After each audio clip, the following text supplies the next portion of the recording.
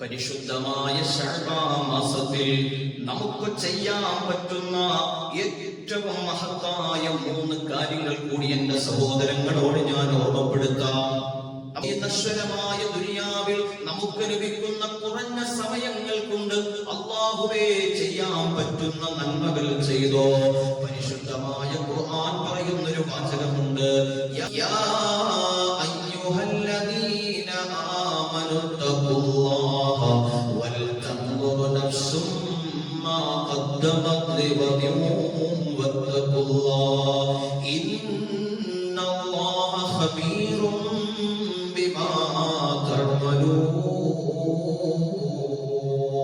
പരിശുദ്ധമായ ഖുർആൻ പറയുന്നു, പരലോകത്തെ ഓർത്തുകൊണ്ട്, അല്ലാഹുവിന്റെ കോടതിയെ ഓർത്തുകൊണ്ട്, അല്ലാഹുവിന്റെ പരലോകത്തെ ഓർത്തുകൊണ്ട്, മരണമുണ്ട് എന്ന് ചിന്തിച്ചുകൊണ്ട്, അല്ലാഹുവിന്റെ മുമ്പിൽ ആയുസ്സിനെ കുറിച്ച് കണക്ക് പറയണം എന്ന് ചിന്തിച്ചുകൊണ്ട് ഈ ദുനിയാവിൽ ജീവിക്കുന്ന മനുഷ്യരെ,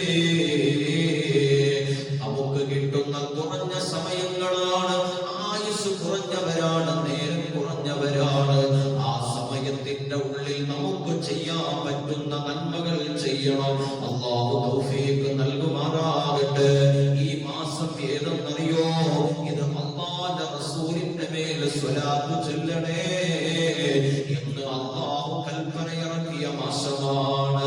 ഇന്നല്ലാഹ يصلون على النبي يا أيها الذين آمنوا صلوا عليه وسلموا تسليما.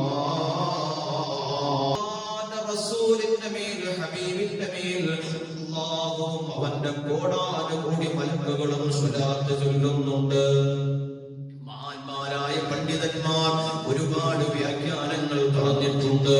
എന്റെ പ്രിയപ്പെട്ട സഹോദരങ്ങളെ, ആ കൽപ്പന വന്ന മാസം പരിശുദ്ധ ശഅബാൻ. സ്വല്ലൂ, നിങ്ങൾ സ്വലാത്ത് ചൊല്ലൂ, അലൈഹി വസല്ലിമൂ തസ്ലീമാ.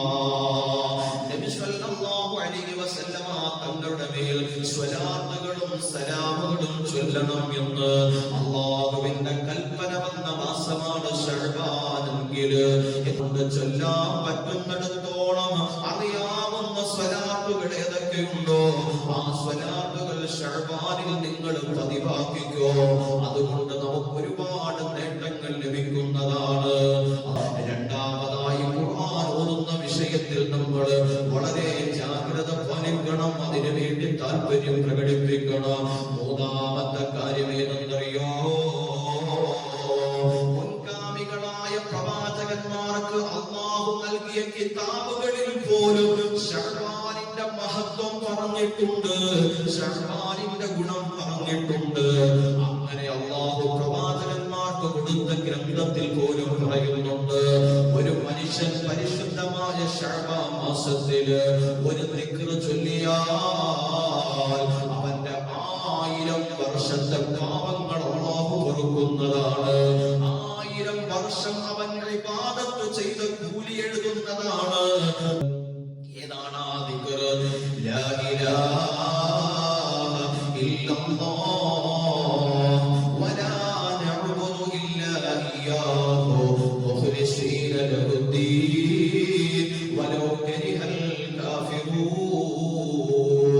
അതേ പരിശുദ്ധമായ ശഅബാൻ കടന്നു വരുമ്പോ ആ ശഅബാനിനെ സ്വാഗതം ചെയ്തുകൊണ്ട് സൂറത്തുൽ ദുഖാനിലെ ആദ്യത്തെ 8 ആയത്തുകൾ ഒരാൾ 15 തവണ പാരായണം ചെയ്താൽ അത് ശഅബാനിനോടുള്ള ആദരവായി, അത് ശഅബാനിനോടുള്ള ബഹുമാനമായി, അത് ശഅബാനിനെ സ്വാഗതം ചെയ്തുകൊണ്ടാണ് ചെയ്യുന്നതെങ്കിൽ അല്ലാഹുവേ അവന് വണ്ണമായ കൂലിയുണ്ട്.